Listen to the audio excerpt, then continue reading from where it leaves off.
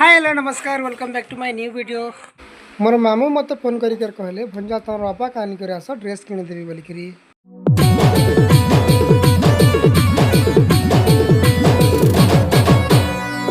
Finally आम दुकान पहुँची गलु ना आउ ई पैंट शर्ट मोर बुआ पसंद करिछन आउ पैंट शर्ट किन सारा पर तांकर घर के डाकले आउ नुआखाई जुगाड़ बहुत सामान दे देछन। एटा आपण माने देखि परथिबे चावल बैग गुटे भी देले आओ इटा मोर हीरो गुड़ा दादी। ये है मेरा प्रतीक भाई, हीरो है भाई। कैसे पढ़ चु? चार। चार? यस। ओके ओके भाई अभी 4 पढ़ रहा है। और थोड़ा ऑडियंस से कुछ बोलना चाहेगा? कुछ नहीं बोलना, सब्सक्राइब करने के लिए लाइक और सब्सक्राइब दोनों कर देना। ओके भाई जो बोला है कर दीजिए प्लीज।